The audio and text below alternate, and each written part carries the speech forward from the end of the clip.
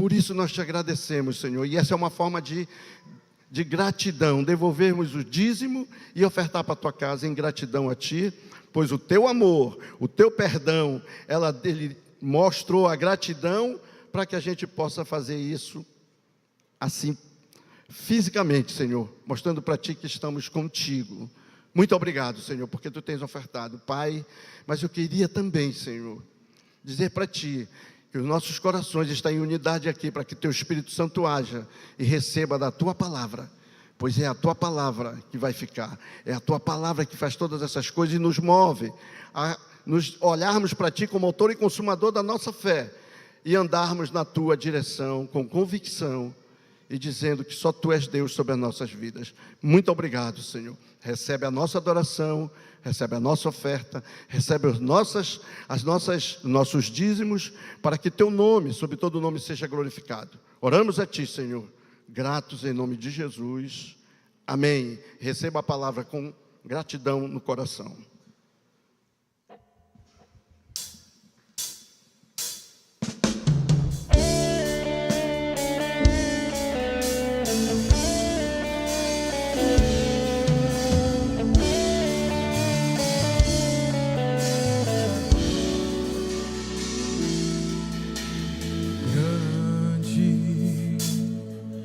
Senhor, e muito digno de louvor,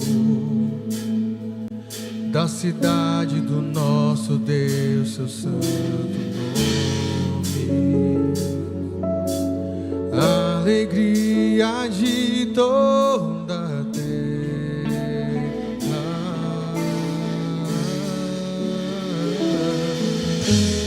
Grande é o Senhor em quem nós temos a vitória, e que nos ajuda contra o inimigo. Por isso diante dele nos prostramos,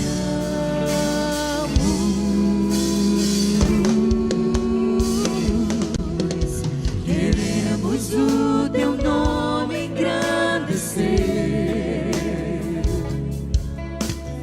e agradecer-te por tua obra em nossas vidas. Confiamos em teu infinito amor, pois só tu és o Deus eterno sobre toda a terra e céu.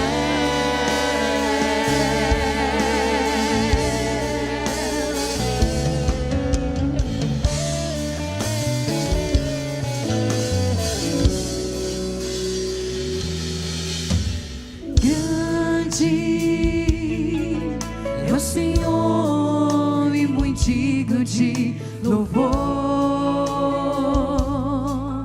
a cidade do nosso Deus, seu santo monte, alegria de toda a terra.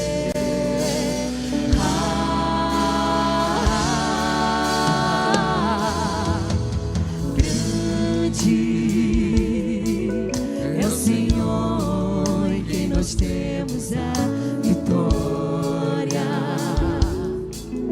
e que nos ajuda contra o inimigo. Por isso diante dele nos prostramos,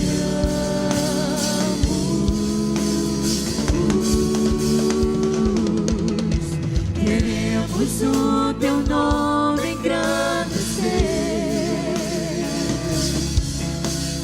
e agradecer-te por tua obra em nossas vidas.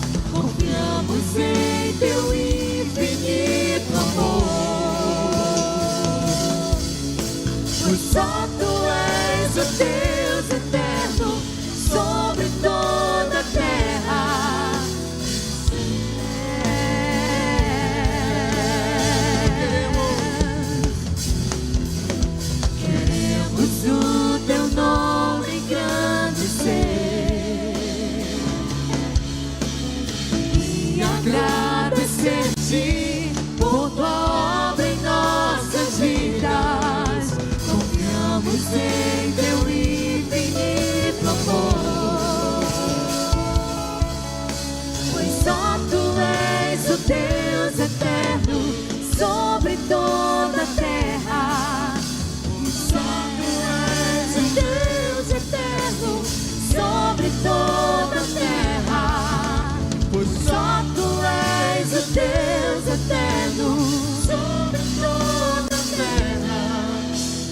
céu. Queremos declarar, Senhor, queremos o teu nome engrandecer. Você pode declarar isso ao Senhor nessa noite? Por tua obra em nossas vidas, confiamos em teu infinito amor. Pois só tu és o Deus eterno sobre toda a terra. Mais uma vez, queremos o teu nome. Você pode ficar de pé agora nesse momento e adorar o Senhor conosco e agradecer-te por tua obra em nossas vidas. Confiamos em teu infinito amor, pois só tu és o Deus eterno sobre toda a terra e céu.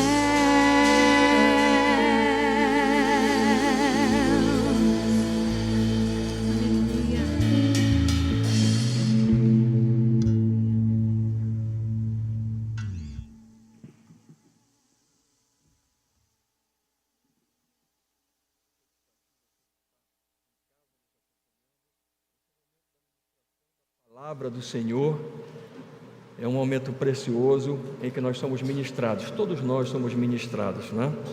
Então você que está aqui comigo, você que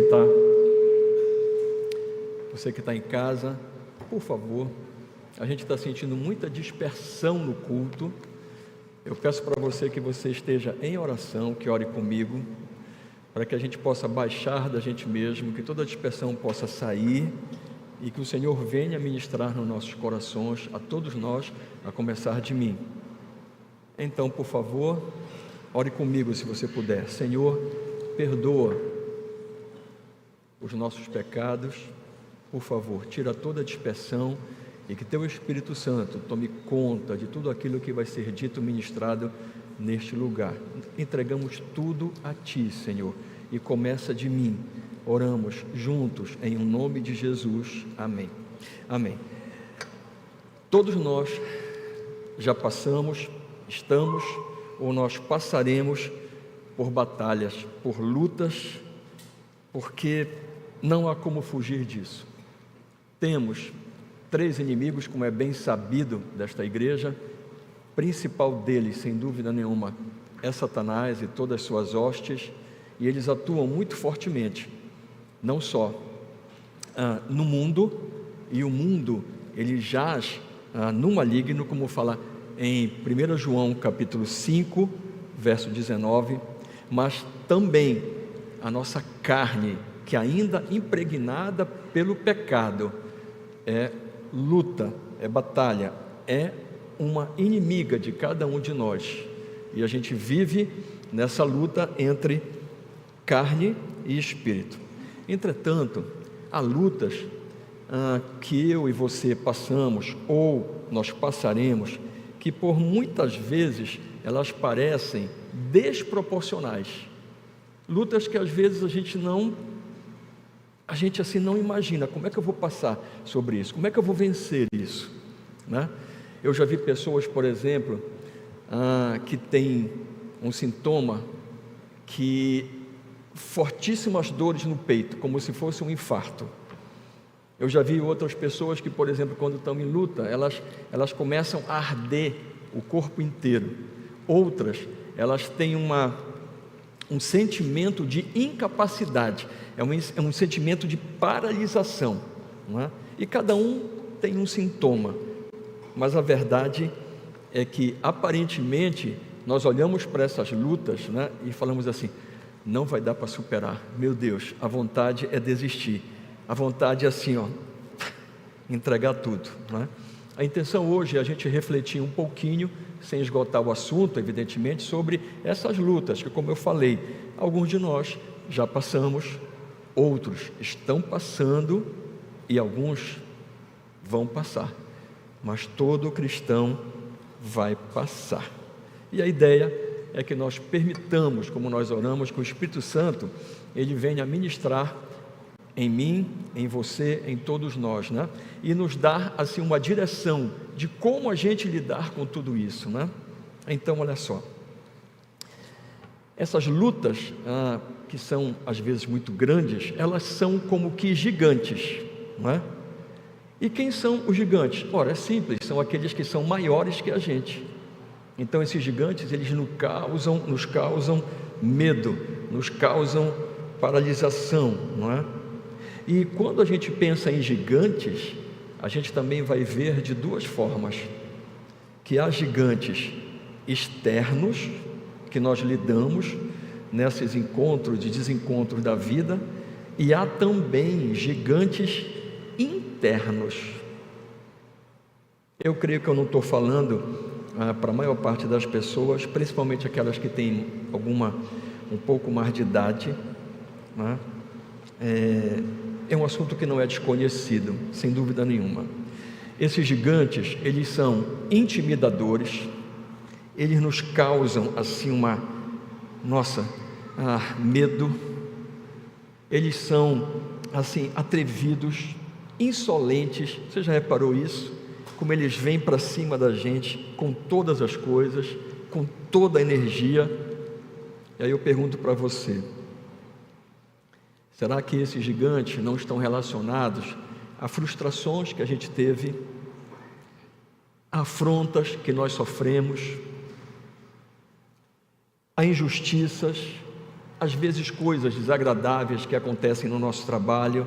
Às vezes esses gigantes, eles estão presentes na nossa vida íntima, no nosso casamento.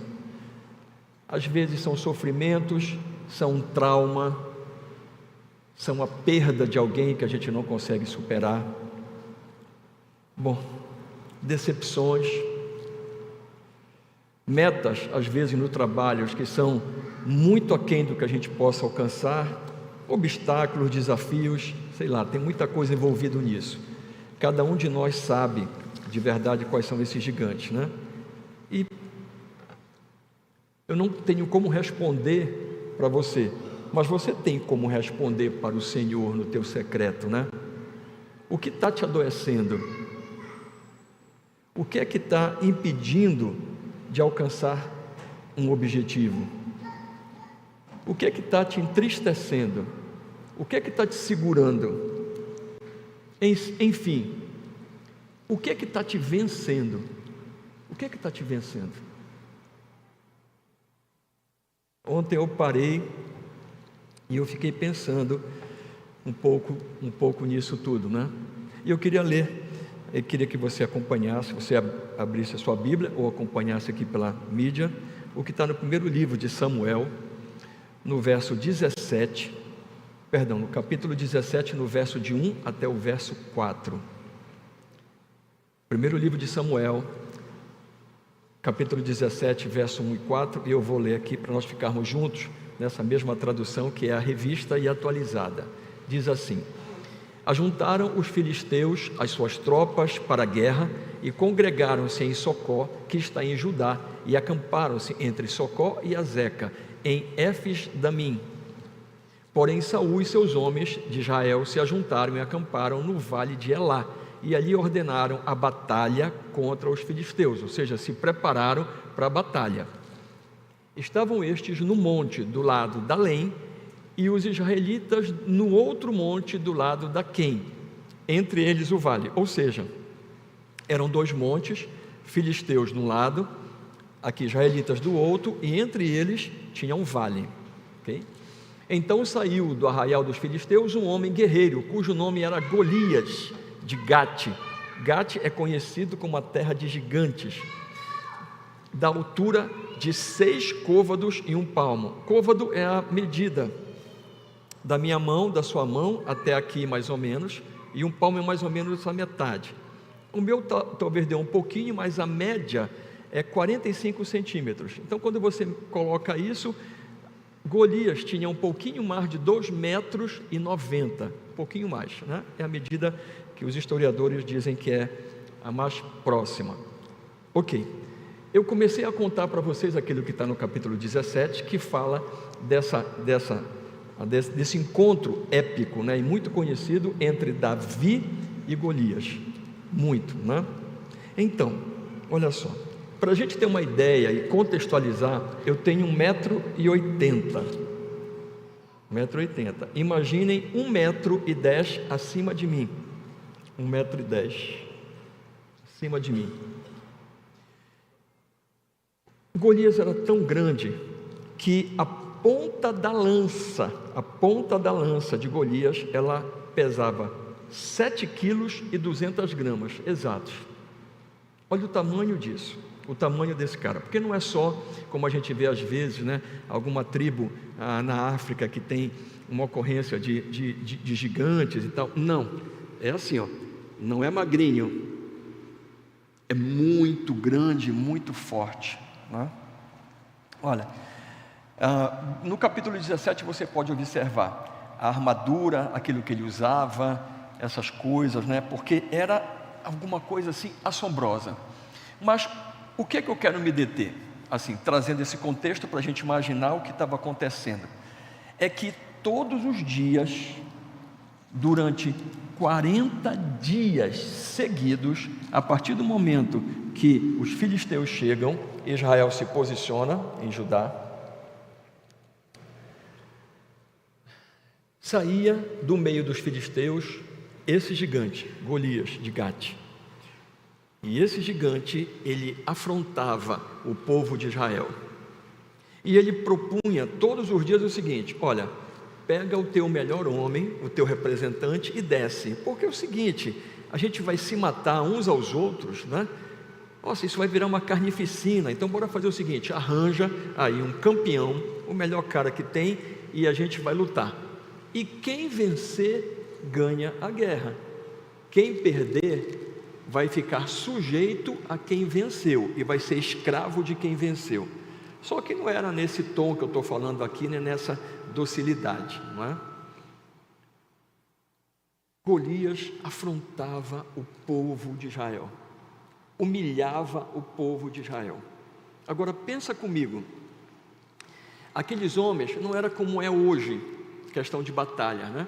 Eles tinham um outro sistema. Por exemplo, eles chegavam de manhã cedo e eles formavam em fileira única nos montes para poder descer. E eles aguardavam qualquer manifestação. Durante 40 dias eles foram humilhados. Os filisteus e Golias tinham uma tática muito interessante, que era enfraquecer Israel através do medo. E cada dia que Israel não avançava, cada dia que Israel ela aceitava aquela humilhação, né, Israel enfraquecia, e a cada dia os filisteus ficavam mais fortes. Imagine o contexto, ok? Não foi à toa, não foi simplesmente algo que acontecia, não, era uma estratégia mesmo para derrubar. Agora imaginem, quem já foi militar sabe disso. Quando a gente está pronto a operar, que você está com o coração pulsando, você está com os músculos tensos, porque naquele momento que você forma, você vai para a guerra, e ali é matar ou morrer, é matar ou morrer. Imagina durante 40 dias, como é que você estava, como é que eu estaria, como é que nós estaríamos? Totalmente abalados, uma sensação de incapacidade, era dor no peito, era dor em tudo que é lugar do corpo, era uma frustração, era uma coisa terrível, terrível, terrível mesmo. Tal era a intimidação. Então a gente consegue contextualizar tudo isso, né? Os filisteus cada vez mais certos da vitória e confiando, primeiro, em Golias, o seu campeão, que não tinha nada parecido em Israel, e confiando no seu braço, na sua força física. Ok? Mas olha o que fala Jeremias, capítulo 17, verso 5. E a gente vai começar a ver o contexto dos filisteus e o contexto dos filhos de Deus, que era muito preocupante. E entre eles, o contexto de Deus, que até o momento não estava sendo levado em conta. Assim diz o Senhor: maldito o homem que confia no homem. É muito forte, não é? Maldito. faz da carne mortal o seu braço e aparta o seu coração do Senhor. Então são duas coisas que estão interligadas, que não separam. O maldito é aquele que confia na carne, no seu braço, na sua força, e tem o seu coração apartado do Senhor. Então são duas coisas, né? Salmos também eu gosto muito de Salmos 118, verso 8, porque o Salmo 118, quando você abre exatamente a Bíblia, no meio, exatamente no meio, conta a página para cada lado, você encontra no meio de todos os versículos, Salmo 118, 8, e ele diz assim: melhor é refúgio, no original melhor é confiar no Senhor do que confiar nos homens. Mas parece que o povo israelita, que representa a cada um de nós, a mim e a você, parece que não confiava muito no Senhor, não é? Bom, lembrem que nessa formação de guerra estavam os 3 filhos de Jessé. Lembrem, Eliabe, Abinadab e Samar. Sendo que, lembrem que quando o profeta foi até Jessé e ele foi ungir o rei, assim, o primeiro que encheu o seu coração foi o tal do Eliabe, porque era o mais antigo, era o primogênito, era muito forte, vistoso, porque era uma família muito vistosa, tanto que a Bíblia relata que Davi era um menino que era bonito, né? Um menino ruivo, bonito, né? E os 3 filhos, os mais fortes, os mais velhos, estavam servindo no exército de Israel, servindo a Saul. Ok. E que Eliabe e os demais, eles tiveram assim um pouquinho de complicação em relação ao profeta quando foi ungir, porque o profeta mesmo se empolgou, né? Olhou aquele mais alto, mais bonito e fala assim: é esse. Aí o Senhor falou: negativo. Aí não, puxa vida, é o outro. Não, aí foi, né? 8 filhos, né? Aí quando chega assim, não é nenhum desses filhos, e o Senhor me falou que vai ser o teu filho que vai ser ungido rei. Não, mas só tem o Davi. Davi é um menino, na época um pré-adolescente, não é? Adolescente no máximo. Diz assim: vai chamar. E quando Davi entra, o Senhor fala: é esse. E Davi foi ungido rei. Isso causou um mal-estar entre os irmãos, e principalmente contra neste aqui, que é o Eliabe, que era o mais velho, que em tese teria o direito a tudo isso na cabeça dele, né? A verdade é que passa-se um tempo, e depois voltamos aqui para o contexto que eles estão lá, de um lado Israel, do outro os filisteus, e Jessé, ele prepara uma arroba de trigo, prepara 10 pães, e também prepara 10 pedaços de queijo, e diz assim: meu filho, chama Davi, né? Davi, vai lá, acorda cedo, vai lá no vale e dá a arroba aqui de trigo, os pães para os teus irmãos, vê como é que eles estão, mas pega os 10 pedaços de queijo e dá para o comandante lá, que é para ver se o comandante, sabe, diz como é que eles estão, mostra-se que eles não estão sozinhos, faz um agrado para o comandante, né? Mais ou menos assim. Davi, sempre muito obediente, pega de madrugada e sai. Olha, quando Davi chega, ele vê os seus irmãos, e ele chega na hora da formação, porque ele saiu muito cedo. E quando ele está na formação, ele vê o Golias fazendo aquela afronta ao exército. Imagina só, ele chega lá no 40º dia. Imagina a cabeça de Davi, né? Não tinha sofrido os outros 39 dias, né? E ele chega lá. Bom, aí ele pergunta: o que está acontecendo? Né? Ele começa a perguntar, ele fala: não, é o gigante. O pessoal explica lá para ele, né? E aí dizem assim: olha, Saul, ele prometeu grandes riquezas, ele prometeu que a família toda não iria pagar impostos até que morresse, e mais, ele prometeu a mão da sua filha para quem derrotar o gigante. Mas mesmo assim não apareceu ninguém. E Davi, ele tem um sentimento de temor a Deus muito grande, não só pelas experiências que ele teve, pela unção do Senhor na vida dele, quem ele era, não é? Mas ele no rompante, ele fala assim, mas quem é esse cara? Não é possível. Quem é esse? Ele chama de incircunciso. Ele chamou assim o máximo que ele poderia, assim, bater no cara. Incircunciso, ou seja, é um descrente. Quem é esse cara que ele está afrontando a Deus? Ele está afrontando o exército do nosso Deus, do Deus Todo-Poderoso. Eliabe, o irmão mais velho, ouviu a Davi, aí o negócio esquentou. No verso 28, a gente vê isso, né? Que ele diz assim, olha, bom que está aí. Ouvindo Eliabe, seu irmão mais velho, falar a aqueles homens, acendeu-se-lhe a ira contra Davi e disse, por que tu descestes até aqui?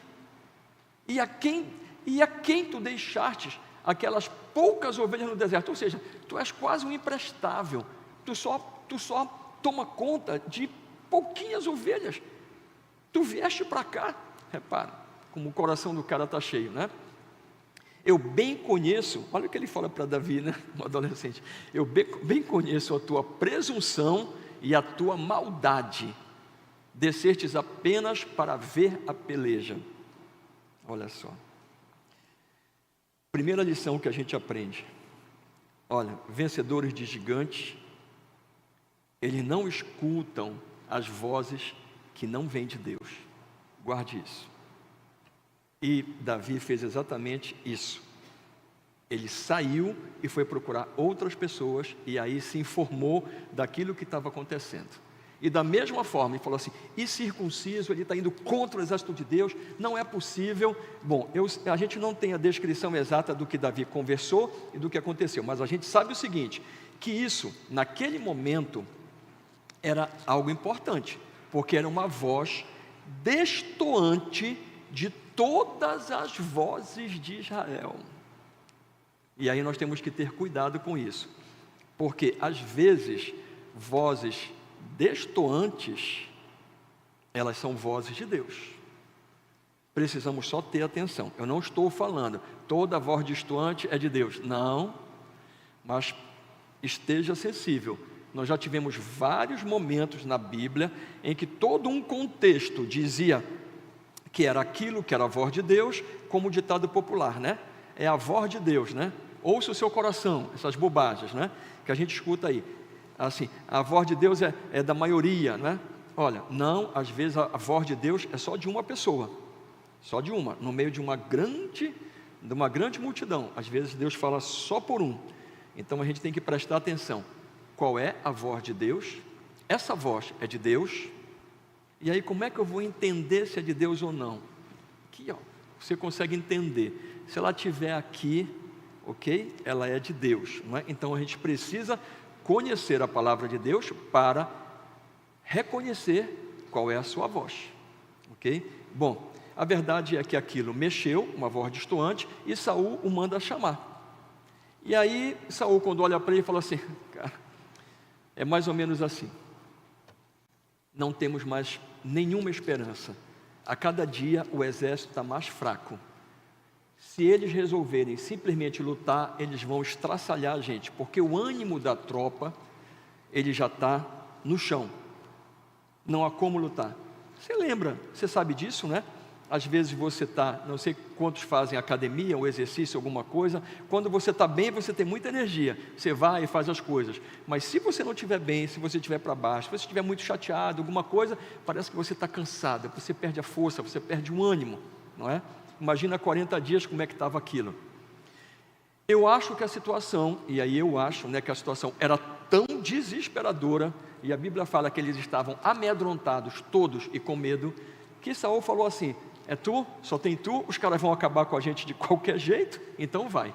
Aí ele pegou a armadura, pegou a espada, pegou o capacete de bronze, pegou a túnica real, pegou não sei mais o que, e botou para Davi se vestir lá. Aí assim, ó, não dá porque Davi é só um adolescente, não vai dar.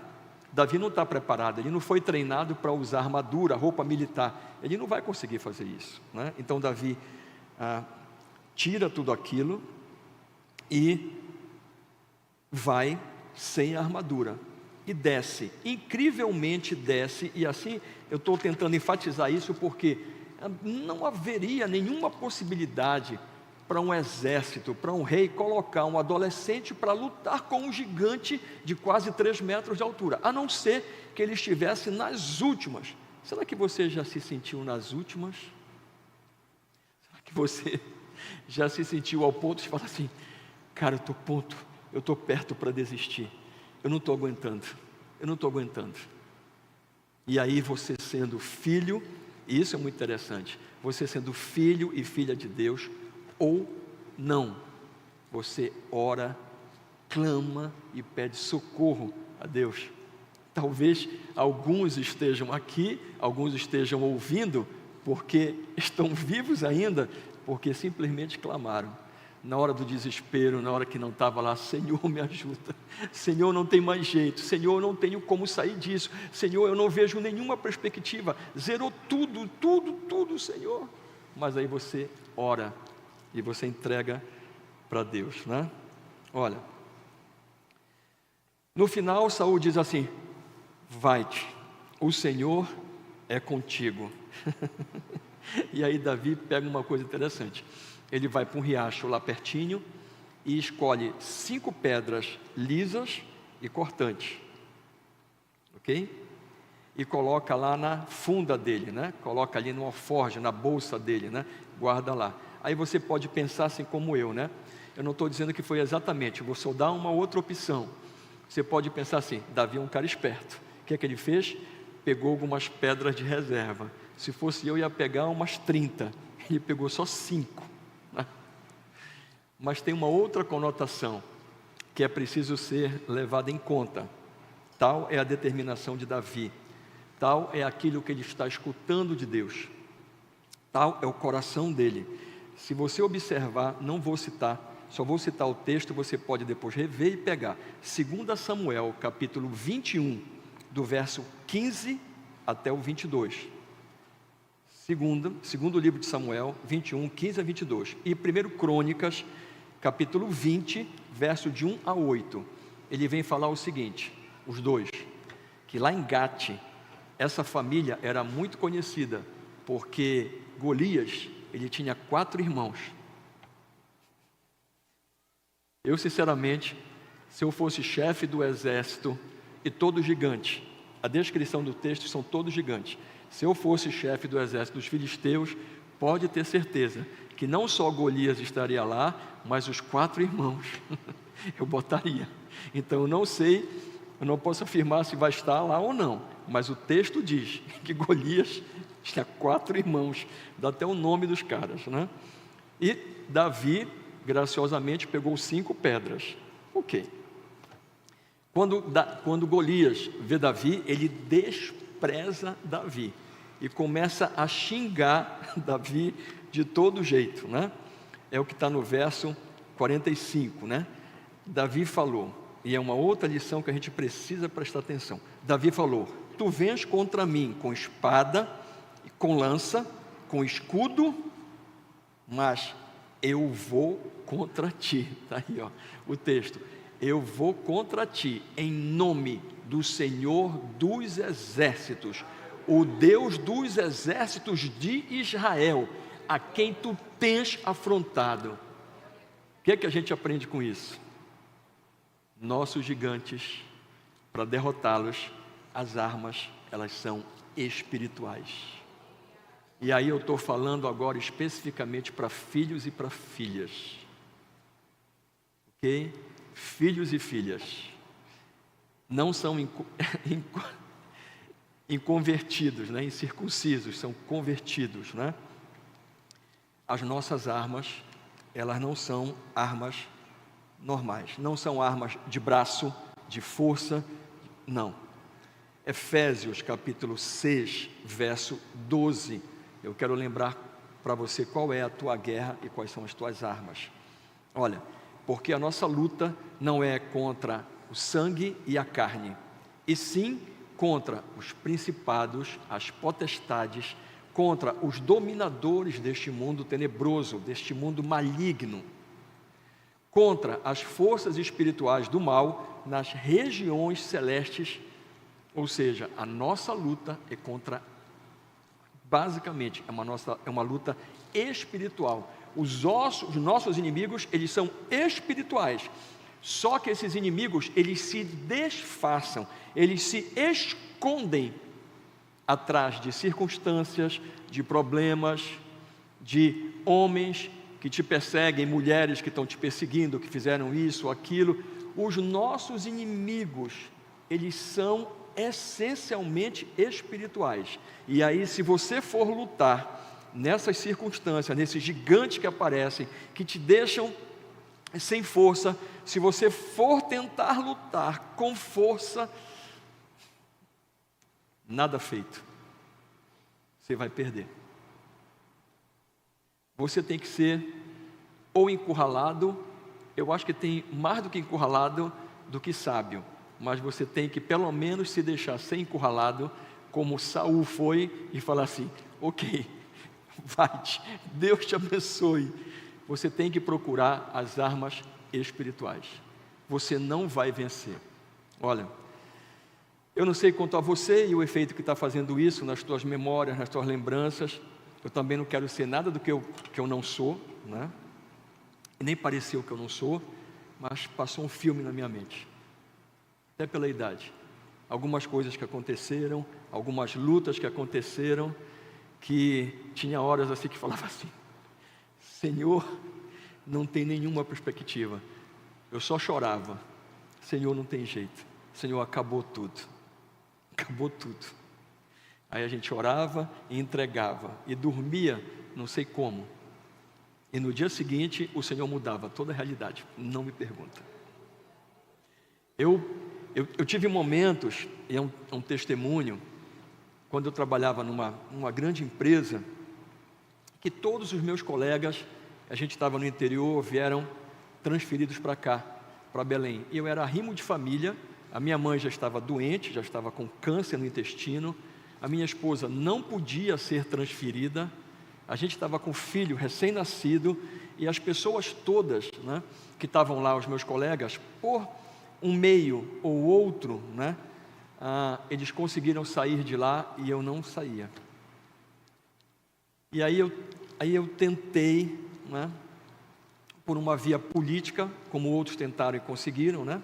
E na época era uma via bem interessante, muito interessante, mas o Senhor deu uma palavra para mim que eu não entendia naquele momento. Ele falou para mim assim: ó, olha, ninguém vai te transferir. Quem vai te transferir vai ser eu. Só que eu esqueci disso, mas eu me lembro a palavra. E o que aconteceu foi que depois o Senhor, de muito tempo, Ele vai me transferir. Incrivelmente, o sistema de onde eu trabalhava, né, o sistema de informática, abriu uma transferência. Então eu peguei imediatamente, consegui um local para ser transferido, peguei as minhas coisas todas, vendi, dei, coloquei no carro e vim para Belém. Na véspera de eu vir para Belém, na véspera, todas as transferências no Brasil inteiro foram canceladas. Na véspera. Aí eu vim para cá. Eu me lembro que era quinta ou sexta-feira, acho que sexta-feira. Eu fui na sede dessa empresa e fui falar. Eu disse assim: eu só saio daqui depois que eu falar com um cara que é daqui do estado. E assim, eu vou contar a minha história para ele. E aí quando eu fiquei lá esperando, né, a Mônica foi comigo, a Rebeca na época era bebezinha, né? E aí a gente ficou lá, até que atendeu e não era um cara, era uma senhora. Na época ela era que estava respondendo por toda a região aqui. E conversa vem, a gente explicou toda a situação. Ela totalmente dura, totalmente assim, profissional, sem nenhuma emoção. Ela falou para mim assim, ó: olha, se você quiser, você volta e refaz a tua vida. Se você não quiser, você pede demissão e vai procurar outro emprego. Mas o que eu posso te dizer é o seguinte: é que ninguém te transfere. Ninguém nesta empresa te transfere. Aquilo me chocou muito, né? Me entristeceu muito. Tomei a decisão, Mônica lembra, de voltar. Disse assim, eu vou estudar agora todos os dias para um outro concurso, um outro emprego, para largar isso de vez, né? Só que quando a gente saiu de lá, eu estava andando na rua com o carro, eu e Mônica, né, andando, e na hora veio aquilo, a palavra de Deus.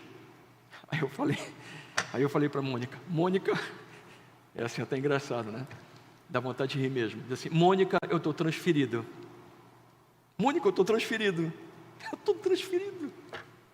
Aí a Mônica, eu não sei qual foi a reação da Mônica, né? Eu disse, eu estou transferido. Tu não ouviste o que ela falou? Ela disse que ninguém me transfere. Deus me deu a palavra dizendo que ninguém ia transferir, que ninguém me transferia, que era Ele que ia transferir. Isso era mais ou menos sexta-feira. Na segunda-feira, você consegue entender o que é que aconteceu? Eu fui transferido. Tinha acabado a esperança, tinha acabado tudo. Eu tinha me humilhado. Eu digo, Jesus, chorei. E quando eu estava orando no quarto, Deus falou assim, não, eu já falei, eu que cuido de ti, tu está errado. Tu está errado, te submete. A tua luta não é carnal. E eu não entendia isso. A tua luta é espiritual, você tem que orar. Olha, não use as armas erradas. Obediência. E a obediência vem pelo conhecimento da palavra. Quando a gente ama a Deus, a gente obedece. Obediência. Conhecimento de quem é Deus e da sua palavra, oração e jejum. Essas são as nossas principais armas. Use-as, se contrarie. Satanás vai tentar de todas as formas, seus demônios, tirar isso da tua cabeça, mostrar que é essa pessoa que você está com raiva, que é aquilo, que é essa circunstância, que é não sei o que, eu vou para cá, eu vou para ali, porque isso e aquilo. Para tudo. Ouve a voz de Deus. Não faça pelo seu braço, não faça pela sua conta. Ouça a voz de Deus. Deus está falando com várias pessoas. Ouça a voz de Deus. Olha, Isaías 54, verso 17. Ele fala assim, ó: toda a arma forjada contra ti. Olha que promessa incrível. Você é filho de Deus. É uma promessa para filhos e para filhas de Deus. Pastor, eu não sou convertido, eu não entreguei minha vida para Deus, eu tenho uma outra crença, alguma coisa. Olha, tem uma passagem quando Jesus está curando e chega uma mulher cananeia e quer também, mas assim, mas como? Eu não vi para vocês, eu vim para os meus. Aí ela faz assim, mas Senhor, até os cachorrinhos comem quando cai da mesa no chão. Tem misericórdia. Olha, clame ao Senhor. Deus é misericordioso, Deus é maravilhoso, é amoroso, ok? Toda arma forjada contra ti não prosperará. Rafael, toda língua que eu usar contra ti em juízo, olha só, toda língua que ousar, você está com problema, você está com uma ação, você está com alguma coisa, toda língua que ousar contra ti, passou um filme na minha cabeça, tu a condenarás.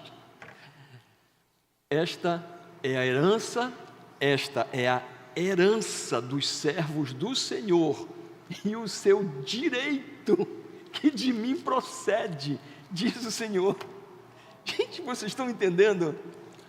Vocês estão entendendo? Se nós usarmos as armas adequadas, se nós sintonizarmos com a palavra do Senhor, se nós formos obedientes, se nós nos apossarmos das armas que nós temos que lutar, nós temos uma herança, ao ponto que toda língua que ousar contra você, mesmo em juízo, tu vais derrubar essa língua. Olha só, isso é uma herança, foi Deus que nos deu, herança para os servos do Senhor, é direito meu e direito seu, do Senhor procede. Eu não quero mais testemunhar, porque aí fica parecendo que é uma coisa que pode ter uma outra conotação, mas eu digo para você, na minha vida, isso aí é verdadeiro. É verdadeiro. E não era porque eu era assim muito espiritual, alguma coisa. Não, eu era recém-convertido. Mas assim, eu tinha no meu coração o temor de Deus. O temor de Deus, ele não precisa você ser uma pessoa convertida para você ter o temor de Deus. Quando você respeita a Deus, quando você entende Deus quem Ele é, Deus se agrada disso. Ele se agrada disso, e Deus é muito misericordioso. De repente você não é nem filho nem filha, mas, cara, está aqui na tua disposição, está caindo aqui, o Senhor está falando para ti, pega isso, clama a mim que eu vou te responder.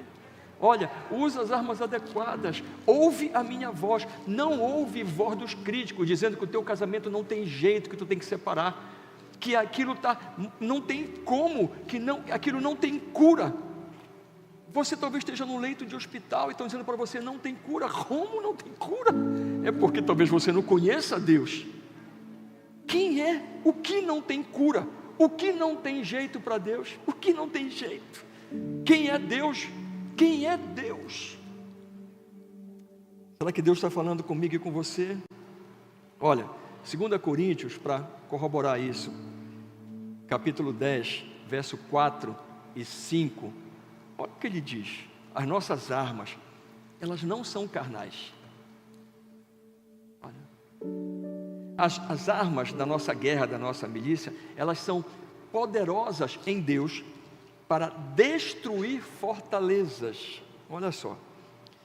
E aí o que ele está se referindo aqui? No pior tipo de gigante que tem.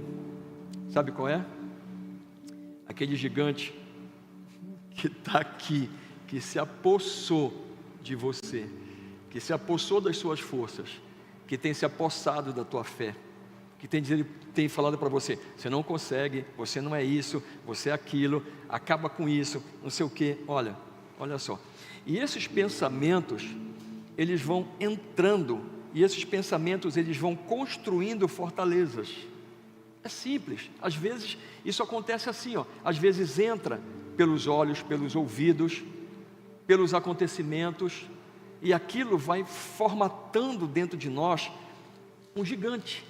E se a gente não trabalhar com as armas certas, aquilo vai crescendo, até que fica uma fortaleza inexpugnável, e você não consegue sair. Aí você começa a adoecer espiritualmente, emocionalmente, fisicamente, e aquilo vai te levando para ansiedade, e pode te jogar para a depressão, pode te jogar para o suicídio, para a morte. Mas olha o que Deus fala, olha, as nossas armas não são carnais, elas são poderosas em Deus para destruir fortalezas, e toda a altivez, todo orgulho, olha, que se levanta contra a palavra de Deus. É isso, tudo que se levanta contra a palavra de Deus, essas armas são poderosas para destruir. E mais, ele vai pegar e vai levar cativo o nosso pensamento, todo o nosso entendimento, ele vai levar cativo, ou seja, preso à obediência de Cristo. Quando você permite que o teu pensamento, os teus sentimentos, o teu entendimento, ele seja levado, não por o que você acha, pelo que você pensa, pelo que te disseram, mas que você permite, vai, te abençoe em nome do Senhor, e você vai e leva cativo a obediência de Cristo, que é a primeira arma fundamental, as coisas acontecem. Olha, creia, receba, lute com Deus, vença. De repente você está escutando hoje e fala assim, essas coisas são muito loucas, é muito absurdo, esses caras estão botando tudo no plano espiritual. Mas aí eu te pergunto uma coisa aqui, só eu e tu aqui, olha, tua tática, tua estratégia tem dado certo? Tem dado certo? Será que você, pensando um pouquinho melhor, será que você não gostaria de experimentar uma outra estratégia, uma outra tática? Eu sei que você vai ter que se destronar do teu achismo, das tuas certezas, e e de repente, pela fé, e só pode ser pela fé, você vai colocar Deus na direção. Olha, Davi, ele não fugiu do Golias, não. Na hora que Golias desceu, ele saiu direto na direção de Golias. E a Bíblia fala para isso, que a gente não é para a gente fugir do mal. A gente não foge do mal. A Bíblia diz que o mal é que foge da gente. Não é isso? É isso que fala Tiago. É para a gente resistir ao mal. Mas como é que a gente resiste? Que armas que a gente usa? Será que a gente está sabendo disso? Será que não tem um processo? Claro que tem. Tem um processo de aproximação com Deus, Deus chamando, Deus tocando no teu coração, né? Deus te compungindo a mudar a tua vida, mudar a tua estratégia, mudar a tua tática. Não é essa aproximação? E depois vem a regeneração, um novo nascimento. E aí Deus vai te colocando coisas, o seu espírito, você recebe o Espírito de Deus, e Ele vai falando com você, vai te ensinando. Não é uma caminhada. A gente não pode nascer velho, a gente nasce bebê. Quando a gente tem um encontro com o Senhor, a gente nasce bebê espiritual. Aí a gente é adotado, a gente é cuidado, a gente vai lendo. Uns crescem mais rápido porque se alimentam muito mais, outros crescem mais devagar. Mas será que até aqui a tua tática deu resultado? Ok, prossiga. A tua tática não está dando resultado? Muda a tua tática. A verdade é que Davi pega a funda, joga com muita força, e de primeira ela atinge a testa de Golias, e Golias cai. Golias morreu? Não. Golias só ficou atordoado, porque a pedra era cortante, lisa. Foi tanta força na funda, e a gente sabe que isso existe, né? E como é que joga a funda, né? Que entrou aqui, ele ficou tão atordoado com a pancada, que ele caiu. Sabe o que Davi fez? Mesmo sendo para ele um esforço muito grande, e aí eu falo para você, não é sem esforço, é esforço grande. Ele tira a espada de Golias da bainha, segura a espada, coloca em Golias, e ele deve ter pulado, ele deve ter feito assim, ó. Porque eu acho que ele não tinha força para enfiar a espada em Golias. Eu sei o seguinte, que ele enfiou a espada em Golias. Ele pegou a espada de Golias, tirou e disse assim: acabou agora, tu que aviltaste, tu que estás fazendo isso, agora a tua morte. E para confirmar só, aí o pessoal de Israel começou a gritar, grito de batalha, na hora que Golias caiu. Imagina na hora que Davi colocou a espada, aquela espada monstruosa. Mas depois não foi só isso, Davi deve ter feito uma força também descomunal, porque ele levanta a espada e corta, está bem na cabeça, e corta a cabeça do gigante. Quando você corta a cabeça do gigante, não sobra mais nada, não sobra mais nada. Cortou a cabeça do gigante, acabou. E é assim que Deus faz, espiritualmente a gente vai e corta a cabeça do gigante. Aí o exército de Israel desce e começa uma perseguição intensa aos filisteus, e vai matando os filisteus por todos os lugares. Foi uma vitória assombrosa. Olha, não foca nas dificuldades. Eu estou falando para mim antes de você, ok? Eu acho que eu vou rever para poder me escutar. Não foca nas dificuldades, olha para as oportunidades. Olha, não foca nos problemas. Eu não estou falando assim, desconhecer os problemas. Não foca nos problemas, foca na solução dos problemas. Olha, não foca no gigante, foca na vitória que tu vais ter sobre o gigante, porque é herança tua, o Senhor te dá como herança. Então lute e pegue as armas corretas. Olhe para onde Deus olha, e não para os críticos, e não para onde o seu coração olha. Não, olhe para onde Deus olha. Sobretudo, peça a direção de Deus e tenha coragem, faça a sua parte. Amém? Vamos orar.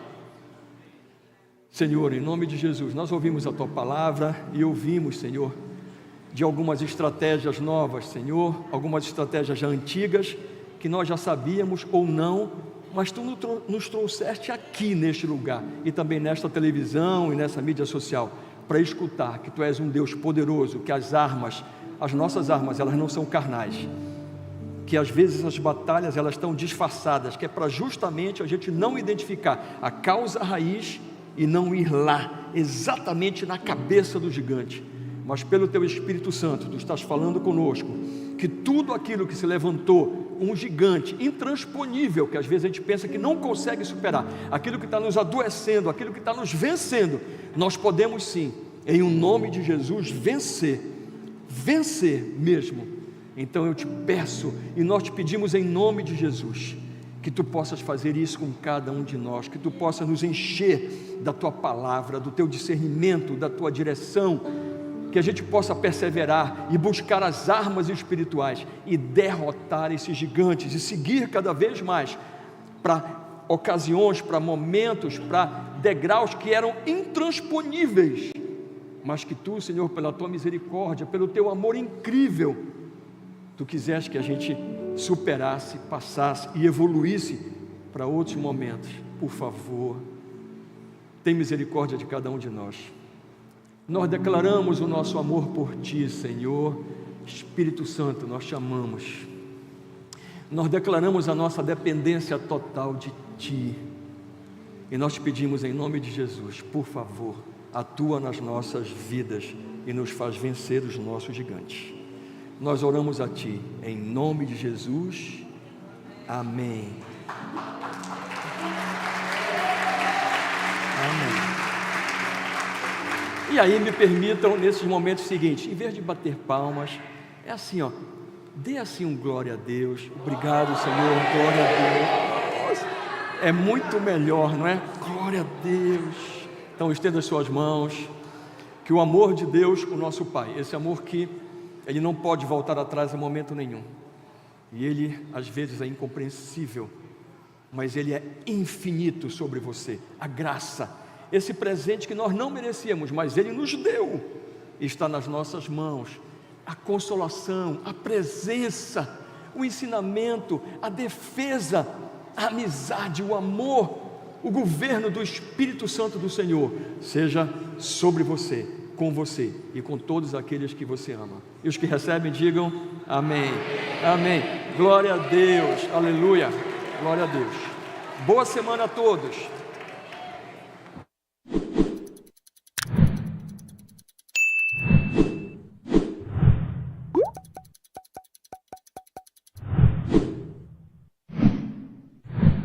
O mundo não nos conhece porquanto não conheceu